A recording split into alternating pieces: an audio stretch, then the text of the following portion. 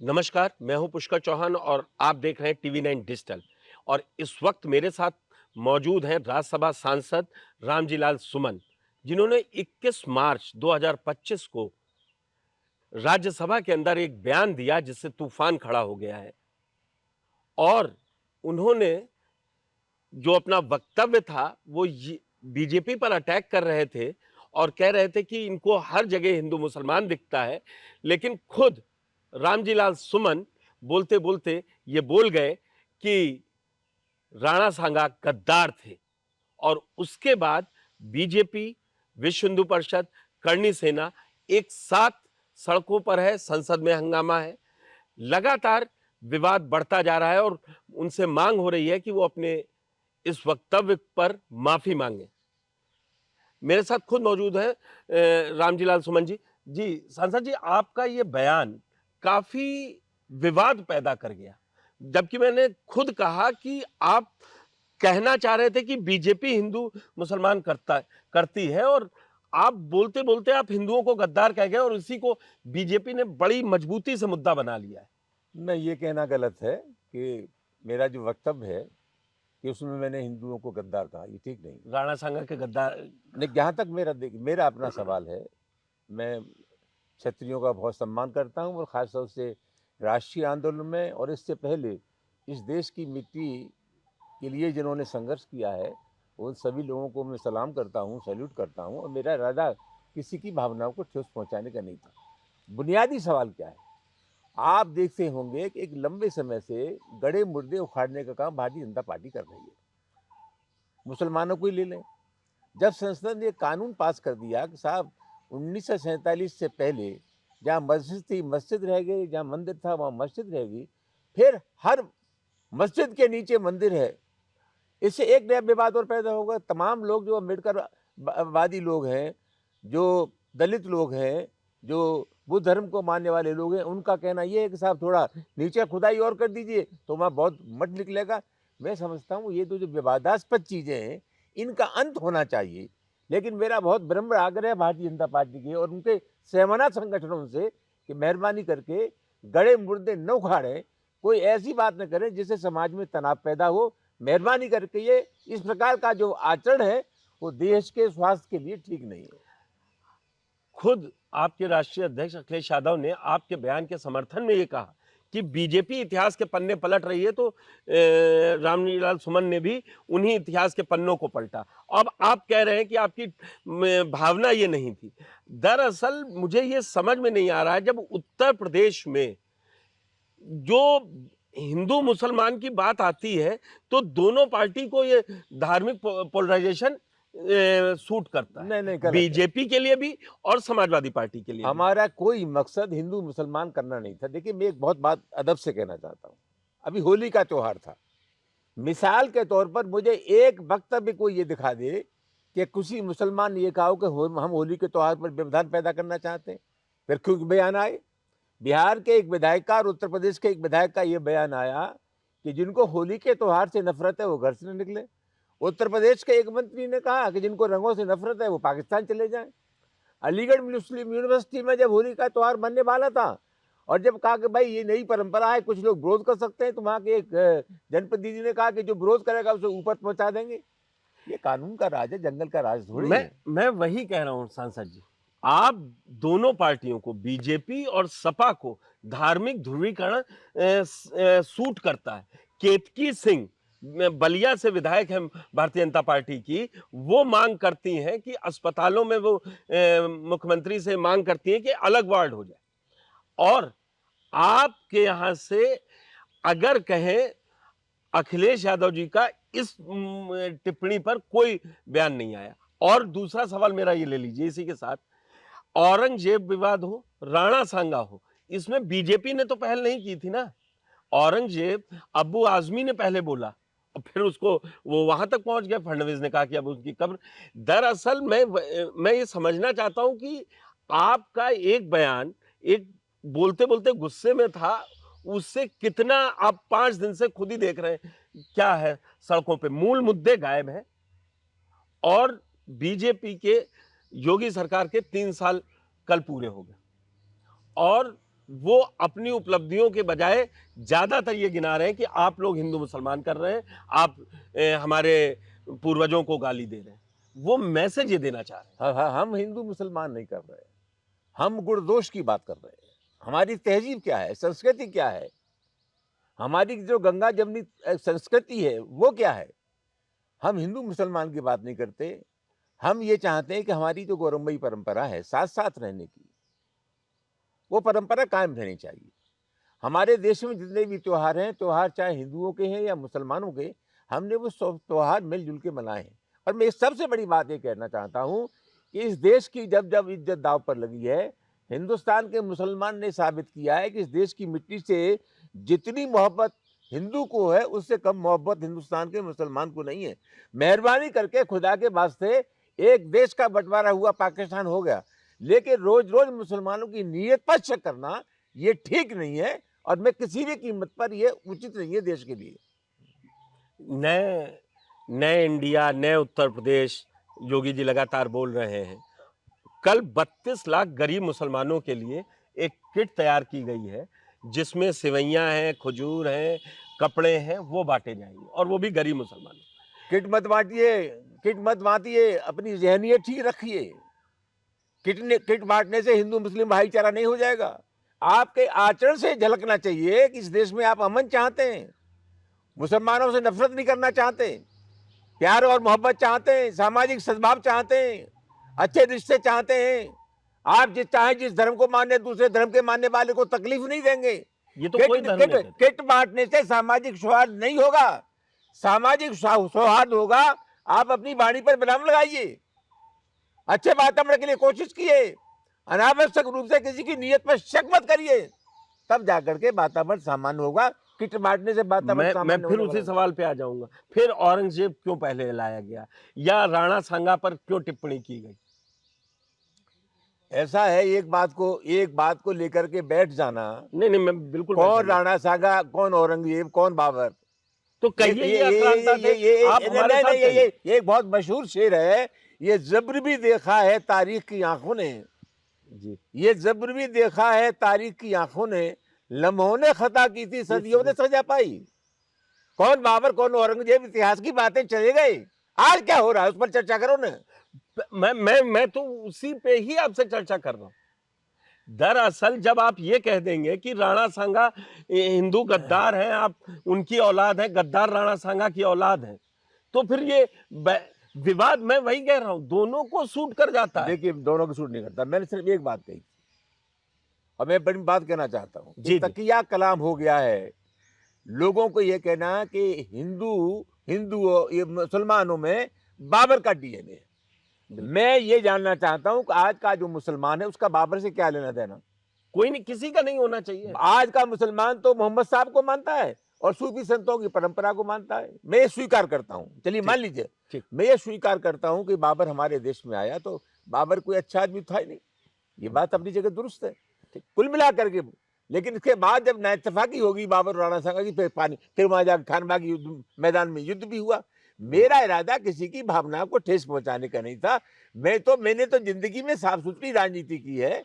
मैं जाति और धर्म से ऊपर उठ कर राजनीति करता हूं। मैं आपका 48 साल का कैरियर है, 26 साल में आप सांसद बने और जनता पार्टी से चुन के आए। आप 1996 से लगातार राष्ट्रीय महासचिव हैं समाजवादी पार्टी के। आप तो नीति निर्धारण पार्टी की तय करते हैं। आप लोग क्यों नहीं ये बनाते हैं ऐसा कि अब संभल पर मैं बात पर आऊंगा।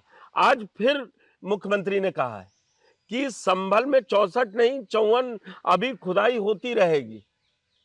आप सोचिए, वो वहां टारगेट कर रहे हैं कि जहां अगर समाजवादी पार्टी रिएक्ट करेगी तो उनका वोट बैंक मजबूत होगा। नहीं, जानबूझ करके। मैं आपसे जानबूझ करके अपनी विफलता को छिपाने के लिए जानबूझ करके सब काम किया जा रहा है। बेरोजगारी का सवाल, बेबसी का सवाल, भूख का सवाल, किसानों का सवाल, ये जो देश के जो सवाल हैं, प्रदेश के सवाल हैं, वो पीछे चले जाए इसलिए नियतन ये सवाल पैदा किए जा रहे हैं। आप किसानों की बात क्यों नहीं करते? आप पढ़े लिखे नौजवान हैं जो विद्रोह कर रहे हैं, उनकी बात क्यों नहीं करते? जानबूझ करके सब बातें की जा रही हैं और मैं समझता हूं ये सब बातें होगी तो विवाद बढ़ेगा और कहीं ना कहीं बीजेपी को लगता है कि हिंदू मुसलमान होगा तो बीजेपी लाभ में रहेगी। आप 24 के लोकसभा चुनाव सबसे बड़ा उदाहरण है कि आप लोग हिंदू मुसलमान पिच पर नहीं गए और आपने वो इतिहास रच दिया जो 92 में बनाई गई पार्टी मुलायम सिंह नहीं रच पाए। वो 36 पे थे, आप 37 आप जीते और 6 सहयोगियों को जिताई। आप लोग मूल समस्याओं, मूल मुद्दे को उठाएंगे तो बीजेपी हारेगी, लेकिन आप खुद ही उस ट्रैप में फंसते हैं, उस पिच पर जाते हैं जहां आपको लगता है कि मुस्लिम इधर से उधर ना जा पाए। नहीं, नहीं, हमारी कोई नीयत नहीं है। देखिए, हमने अभी 24 का चुनाव लड़ा, 37 लोग हमारे जीत के आए। आप समझोगे, आपको याद होगा, प्रधानमंत्री नरेंद्र मोदी और अमित शाह की जो भाषा थी चुनाव में, पूरे चुनाव में भाषा वही हिंदू-मुसलमान करने की रही। हमारा तो ये प्रयास नहीं था। हमारा अपना मानना ये है कि जनता ने जब हिंदू और मुसलमान का सवाल देख लिया, एक बात मैं आपसे निवेदन करना चाहूँगा, हिंदुस्तान का इतिहास गवाह है, अतिवाद इस देश में नहीं चल सकता। कभी नहीं चला। अतिवाद न चाहे धर्म के नाम पर चल सकता है, न जाति के नाम पर सकता है। भारतीय राजनीति में सब ये प्रयोग हो चुके हैं। अंतोगत्वा इस देश में मध्यम मार्ग ही चलेगा, जो सबको लेके साथ चलेगा। हम तो मध्यम लोकतंत्र उसी की बिल, खूबी बिल, है। बिल्कुल तो हमारा तो कोई इरादा नहीं था।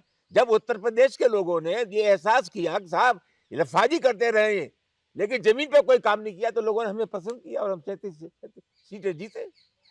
मैं अब आपको एक और मुद्दे पे ले चल रहा हूं। जियाउर रहमान सांसद संभल, आज उनको नोटिस दे दी गई है, सर्व कर दिया है। आप पार्टी का ये स्टैंड है कि वो जवाब देंगे, लेकिन वो जिस तरीके से फंस रहे हैं, और मैं पिछले रविवार को अखिलेश यादव ने डट के कहा कि आजम खान हो या रमाकांत यादव हो, ये सब छूटेंगे।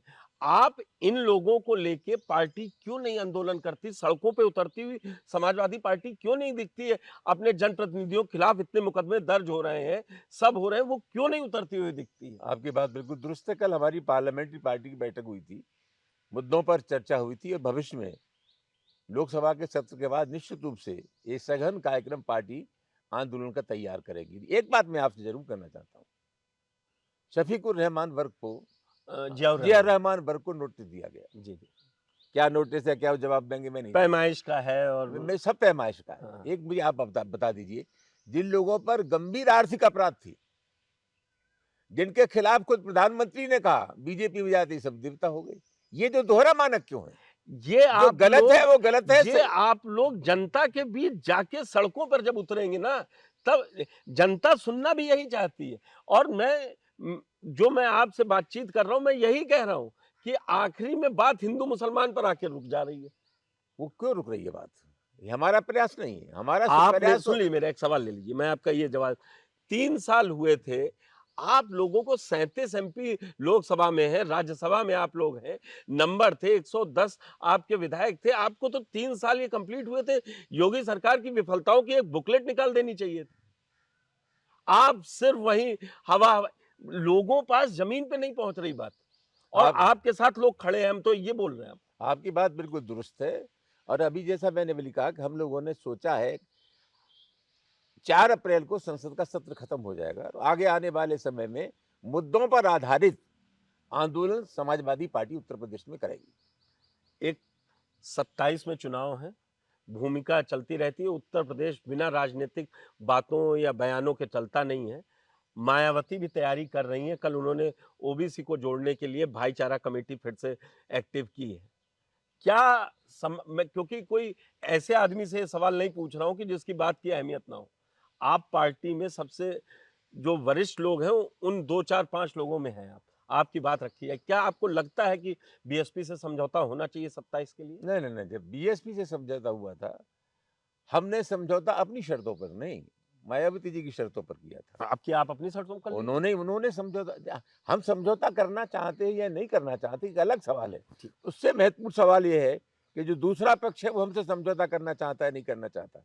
मायावती जी क्या कर रही है, उनकी पार्टी है। लेकिन एक बात मैं आपसे जरूर निवेदन कर दूं, कोई वर्ग अगर हमारी तरफ मुखातिब होगा, हमारे साथ जुड़ेगा, तो पहले हमारी नीयत देखेगा कि उनके लिए हम क्या करना चाहते हैं।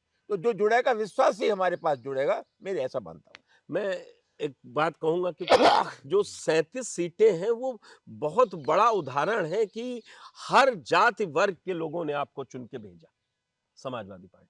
और ये अगर बना रहा, इसके लिए आपको कांग्रेस को भी साथ रखना होगा और जैसा मैंने बहुजन समाज पार्टी के लिए पूछा था कि उनके लिए मौका मिल सकता है, क्योंकि लड़ाई आपकी उस पार्टी से है, ये विश्वास मानिए, जिसके पास तंत्र भी है, जो सबसे बड़ी पार्टी भी है और जो ये बताने में कामयाब रहती है कि हिंदू की सबसे बड़ी हितैषी पार्टी वो है।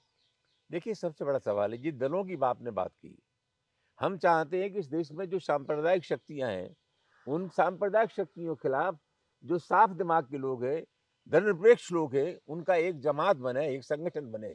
लेकिन ये कुल मिलाकर के हमारे अकेले के व्यवहार पर निर्भर नहीं करता। वो तो उन लोगों को भी वक़्त की नज़ाकत को समझना चाहिए और उन्हें ये देखना चाहिए कि आज के ज़माने में इसके अलावा कोई दूसरा विकल्प बीजेपी को हराने के लिए नहीं है। समाजवादी पार्टी के अलावा कोई नहीं और उसने करके दिखाया है। ये सबसे बड़ी हकीकत है। लेकिन क्या रामजी लाल जी सुमन ये हमें भरोसा दिलाएँगे कि अखिलेश यादव या आप जैसे वरिष्ठ लोग एक ये बनाएँगे कि हिंदू मुसलमान पर अब्बू आज़मी जैसे नेता ये बयान देकर विवाद ना खड़े, जिनको बाद में आपको ये कहना पड़ता है कि भावना ठेस नहीं पहुँचानी थी। मतलब आप सोचिए ना औरंगज़ेब से कोई लेना-देना नहीं है, आपने बड़ी साफ़गोई से ये बात मानी। देखिए, हम विवाद पैदा नहीं करना चाहते। मेरी ये बहुत विनम्र प्रार्थना है भारतीय जनता पार्टी के लोगों से और उनके सहमना संगठनों से कि मेहरबानी करके कोई ऐसी बात न करें जिसमें समाज में विद्वेष पैदा हो। इस पे विराम लगना चाहिए। मैं भी खुद इस राय का हूँ। भविष्य में इस आशय की बातों की पुनरावृत्ति नहीं होनी चाहिए, लेकिन ये हमारे अकेले के कहने से नहीं रुकेगा। उन लोगों को भी अपनी वाणी पर संयम रखना चाहिए और मैं समझता हूँ भविष्य में हमें कोशिश करनी चाहिए कि समाज में पैदा करने वाली कोई भी वाणी, कोई भी बात न बोला जाए तो देश के स्वास्थ्य के लिए ज़्यादा अच्छा है। दो बड़ी उत्तर प्रदेश सरकार की विफलता ये जो 8 साल आज पूरे हो चुके 25 तारीख को आज 26 है, जिनको आप सबसे ज़्यादा उजागर करना चाहते हैं और लोगों तक पहुँचाना चाहते हैं। 2 बड़ी विफलताएँ भारतीय जनता पार्टी की। मैं सबसे बड़ी विफलता मानता हूँ सामाजिक सौहार्द। हमारे प्रदेश में रिश्ते बहुत खराब हुए और देखिए अभी आपको मालूम है कि अभी कुंभ का त्योहार हुआ कुंभ, भगदड़ में तमाम लोग मारे गए। लेकिन मैं धन्यवाद देना चाहता हूँ प्रयागराज के मुसलमानों को उस भगदड़ की स्थिति में जब लोगों का सामान खो गया था, लोग उनके नहीं मिल रहे थे, उस समय बहुत उदारता के साथ मुसलमानों ने वहाँ के लोगों की इमदाद की, मदद की, रखा, खाना खिलाया, शरण दी। ये जो परंपरा है, ये परंपरा कायम रहनी चाहिए। मेहरबानी करके इन रिश्तों को कोई खराब मत करो, यही हमारा विनम्र आग्रह है। सांसद रामलाल जी सुमन आपका बहुत-बहुत धन्यवाद। बड़ी बेबाकी से औरंगज़ेब का मुद्दा हो, राणा सांगा का मुद्दा हो, हर मुद्दे पर बड़ी साफ़गोई से अपनी बात रखी और एक बार उन्होंने फिर ये कहा, ना तो वो बाबर को याद करना चाहते हैं, ना राणा सांगा को, ना औरंगज़ेब को। इसका इतिहास से कोई लेना-देना नहीं है और वो बीजेपी से अपील भी कर रहे हैं कि अगर आपको बात करनी है तो मूल मुद्दों पर बात कीजिए। लेकिन अब खुद सांसद रामजी लाल सुमन ने कहा है कि उनकी ये कतई भावना नहीं थी किसी को ठेस पहुंचे, लेकिन देखना है क्या करणी सेना, विश्व हिंदू परिषद और बीजेपी का आचरण अब उनके प्रति कैसा रहेगा। क्या वो माफी की मांग पर अटल रहेंगे या अभी ये मुद्दा गर्म रहेगा। धन्यवाद।